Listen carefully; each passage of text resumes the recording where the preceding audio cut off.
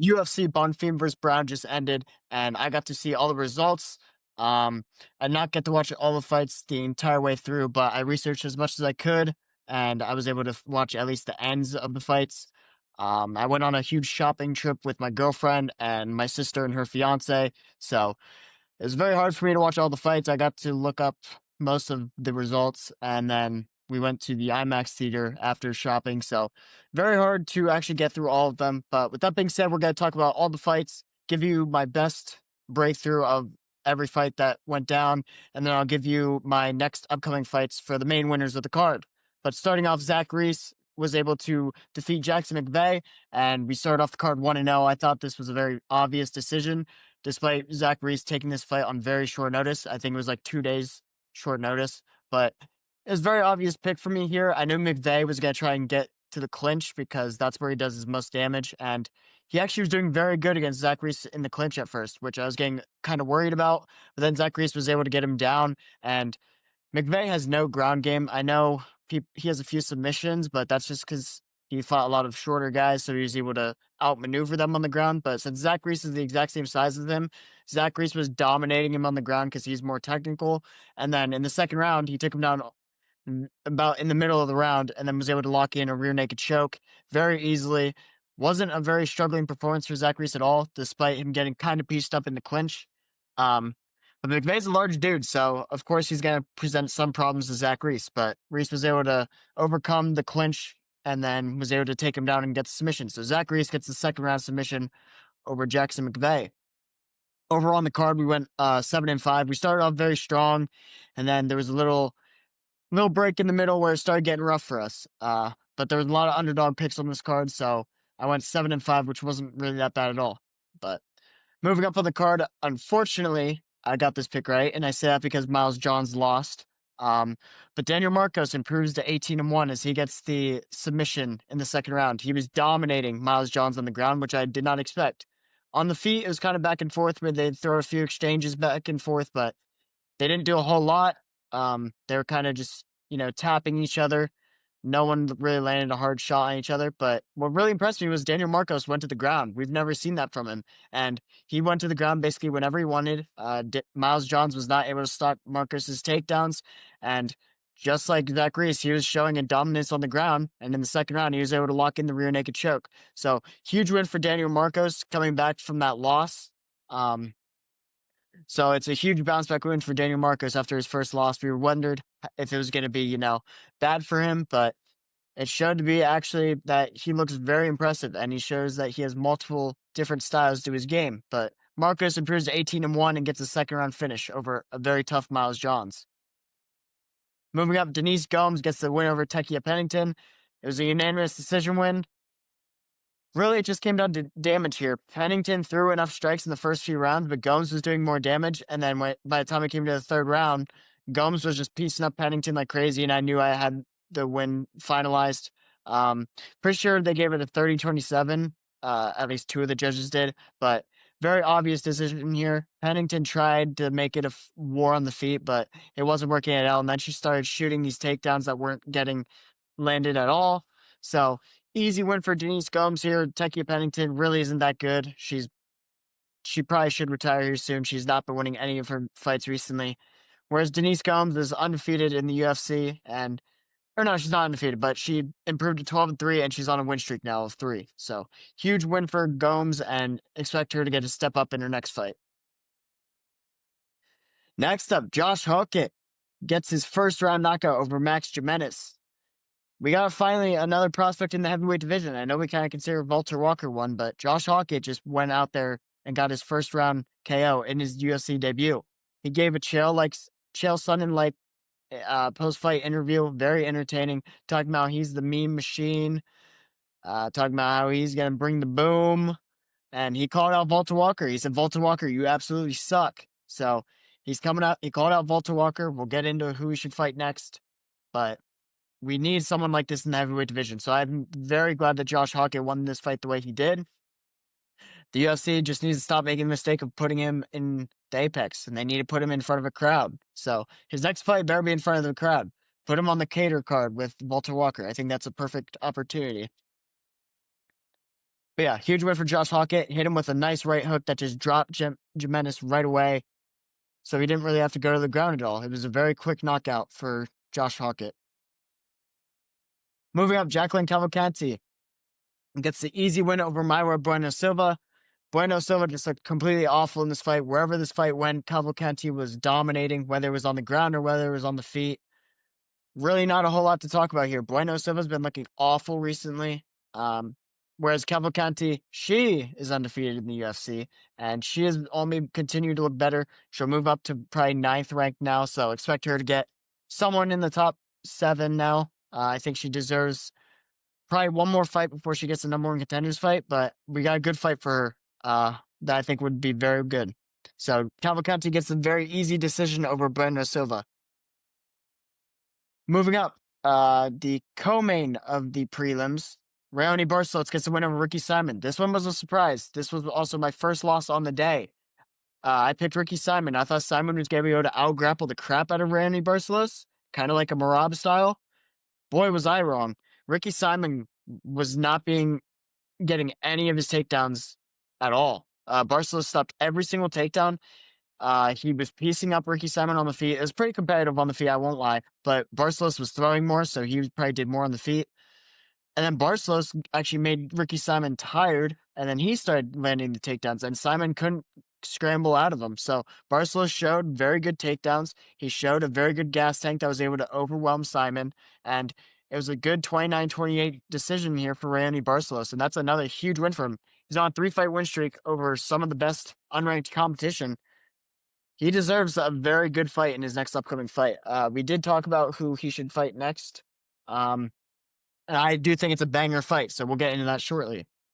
But mainland pre-event, we had Hyder Emil losing to Jamal Emmers. Jamal Emmers really impressed me here. Hyder Emil, he really is a first-round fighter. If he doesn't knock you out in the first round, he looks awful the rest of the fight. Jamal Emmers did absolutely anything in the second and third rounds. Hyder Emil was very aggressive in the first round, and then he just gassed out the second and third rounds. And then it made Jamal Emmers just outwork him in the second and third rounds. So it was an easy 29-28 decision. It's unfortunate, but it was kind of like the Barcellos-Simon fight. That's what I thought of when both of these picks I got wrong. I literally thought it was the exact same situation. I thought, wow, these guys really just gassed out like crazy. So easy decision win here for Jamal Emmers. He gets a nice win over Hyder Emil, who, as at one point, a very hyped prospect, and now he's just kind of falling off because now he's got 2 straight losses. But Jamal Emmers picks up a nice win and improves to 22-8. Possibly the biggest shock on the card was Christian Leroy Duncan landing that beautiful spinning back fist that wobbles Marco Tulio. Tulio falls down, and Christian Leroy Duncan lands the shots to knock him out cold. Crazy, crazy knockout. One of the best knockouts on the year. Huge surprise because we all thought Marco Tulio was going to be able to throw the higher volume to outwork CLD because CLD is known for throwing these spinning crazy attacks that normally makes him tired. But he's able to land it. It's either he's going to land that spinning attack and knock you out, or he's just going to get knocked out because he throws them too much. And for this fight, he was able to land them. I don't think Tulio threw as much as he could have, which I think kind of was the reason why he got hit with the shot.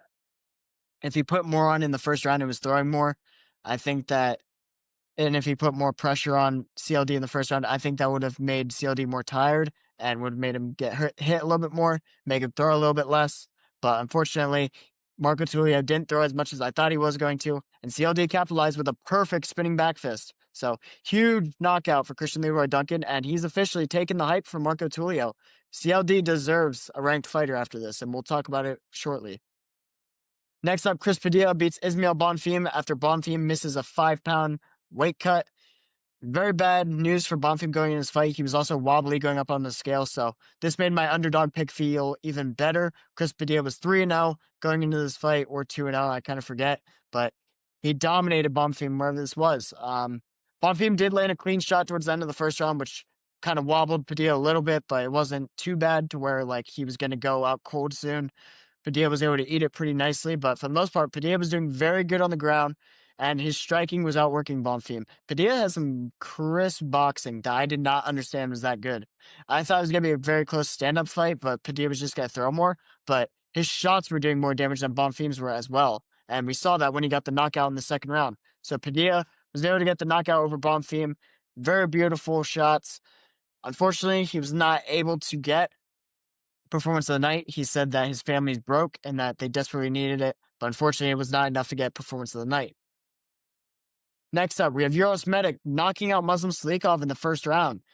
This was another big shocker. Euros Medic, I knew that he was a lot quicker than Slikov, and I said that could create some issues if he was landing his shots and then bounced to the outside. It's exactly what he did. I thought that he was going to do that, that thing where he kind of goes right in your face and tries throwing with you right on the inside, but he did the smart thing that I said I was worried about.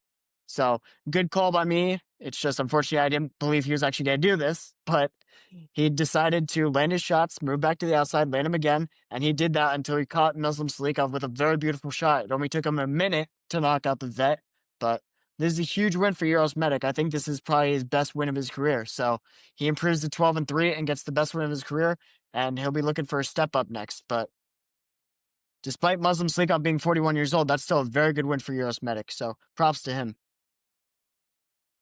The co-main event, Joseph Morales submitting Matt Schnell in the first round by guillotine choke. Guys, Joseph Morales, I gave him performance of the night.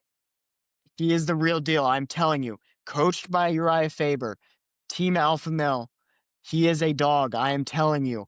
His boxing is crisp. His grappling is the best thing of his entire game. He went out there, dominated Matt Schnell on the ground. He took him down. Matt Schnell even got on top of him at one point, and Joseph Morales was able to reverse it into a guillotine. It was such a beautiful way to get out of it instantly. I thought once Matt Schnell took him down, I was like, oh no, no way he goes out like this. Instantly, he's able to reverse it and turn it into a nice guillotine choke that submits Matt Schnell, excuse me. But I'm telling you guys, Morales will be a contender. I'm very high on him. Like I said earlier, he's a very good friend of the podcast. I've talked to him multiple times. I talked to him throughout the entire way of The Ultimate Fighter, talked to him right before his Ultimate Fighter finale fight, and I talked to him on his build-up before this fight. He said that his camp is probably the best one out there for Team Alpha Male. He said that Uriah Faber is a great coach, and we've learned a lot from his game throughout these past few months, and I think he's only going to continue to get better. Uriah Faber says that he's one of the best fighters in his gym, and I really do believe that.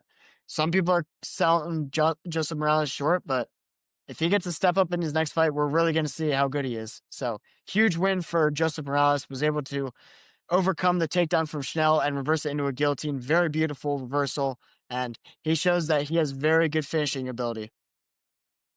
And finally, the main event, Gabriel Bonfim versus Randy Brown. Bonfim was able to get the knockout in the second round. Very surprising, honestly.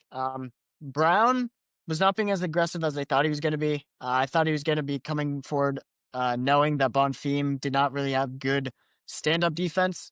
I thought that Bonfim was going to bring that aggression and come forward with those heavy hands.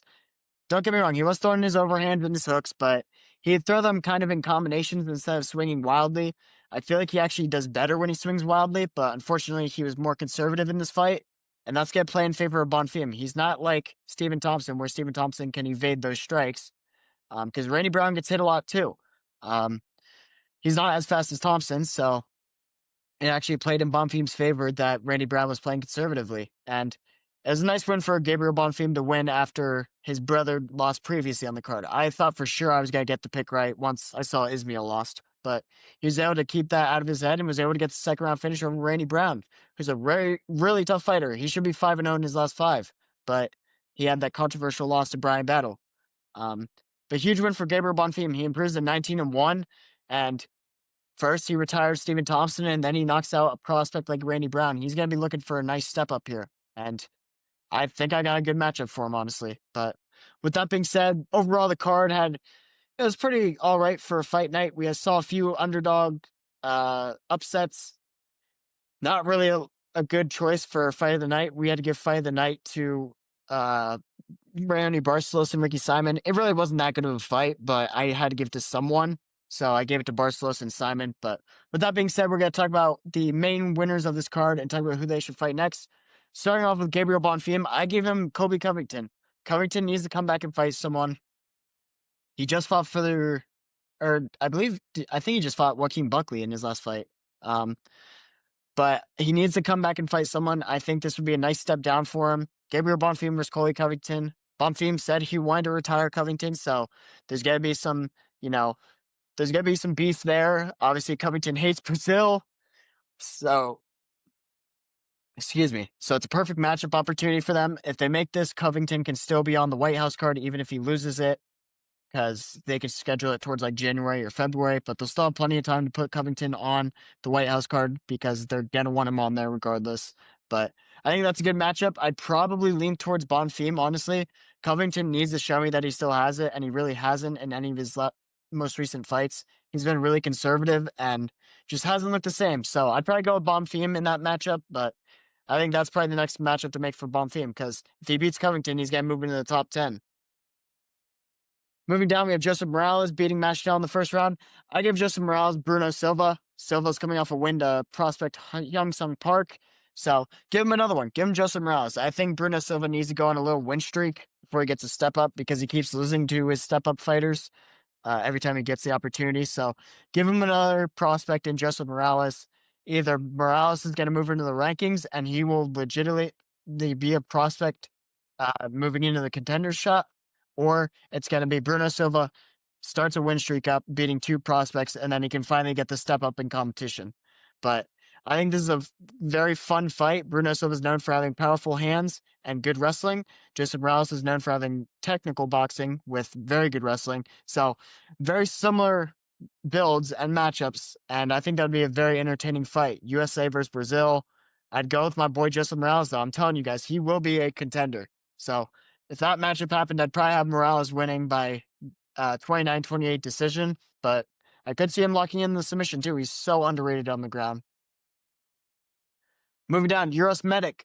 I'd give him Andreas Gustafsson. I know Gustafsson just got knocked out in the first round to Renat Fakhretdinov, but I told you guys that Renat Fakhretdinov is one of my most underrated fighters in the welterweight division. And Gustafsson's not bad at all. We saw in his first fight that he looked absolutely insane against Carlos Leal. And I think he would bring that aggression towards Euros Medic. Both of them are very aggressive fighters, so it'd be a very entertaining fight. It probably wouldn't even make it out of the first round, but it's whoever lands more strikes is going to get knocked out. Um, I'd probably go with Euros Medic here, just because he's on his 3-fight win streak now and he's kind of on a run.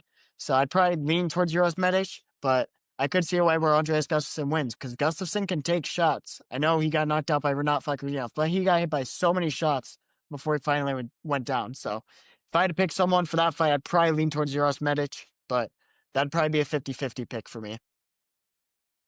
Moving down, Chris Padilla getting the second round TKO over Ismail Bonfim.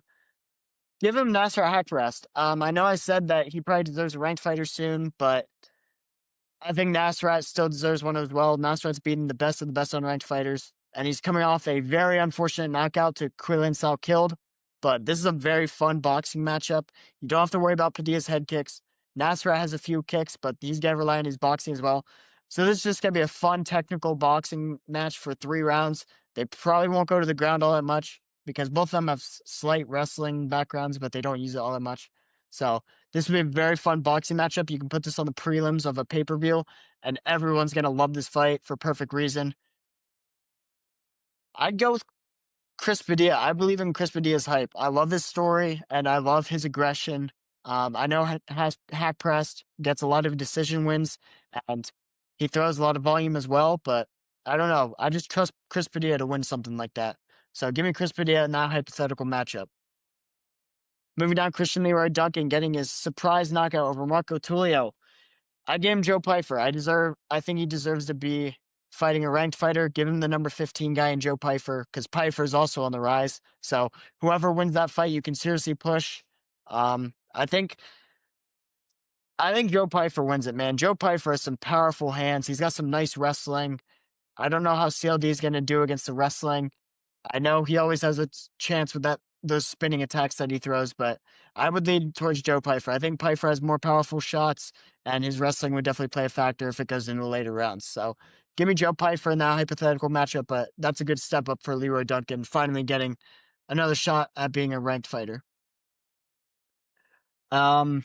Next, we have Raoni Barcelos getting his win over Ricky Simon, which is very surprising. I give him Daniel Marcos, who fought earlier in this card. This is a very fun fight. bantamweight, excuse me. We got the old vet and Randy Barcelos going up against the young up-and-comer and Daniel Marcos. Both of them are on very crazy runs. I know Marcos lost 2 fights ago, but he's like 4-1 in the UFC, 5-1. Whereas Barcelos is on a 3-fight win streak over three incredible talents in Cody Garbrandt, Payne Talbot, and now Ricky Simon. So whoever wins this fight easily deserves a ranked fighter next. I would lean towards Daniel Marcos here. They're both very similar styles, but I think Marcos is just not only younger, obviously, but I think his shots are a little bit more powerful than Barcelos. So I'd probably pick Daniel Marcos, but I gotta stop picking against Barcelos because he's gonna start winning like every single fight if I don't pick him soon. So I'd still gotta go with Daniel Marcos if that fight happens, but I think that'd be an absolute war on the feet. Moving down, Jacqueline Cavalcanti getting her win over Mayra Bueno Silva by unanimous decision. I gave her Macy Chasson. Macy Chasson is number 7 in the rankings. I think this would be a good step up for Cavalcanti.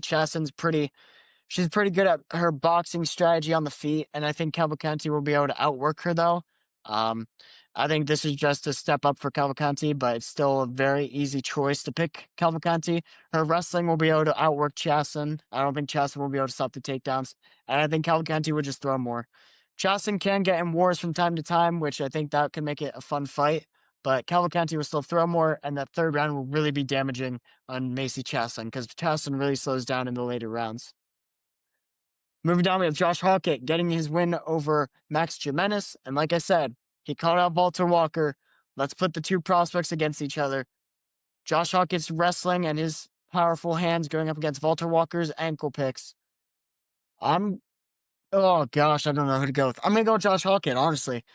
I don't trust Walter Walker's stand-up whatsoever. He has horrible stand-up, and that's why he goes to the ground as soon as possible. He is very tall, though, so that gives him quite an advantage. But Josh Hawkett has very good wrestling, so I think he's going to be able to wrestle his way out of bad situations, even though Walter Walker always finds his way to get the ankle.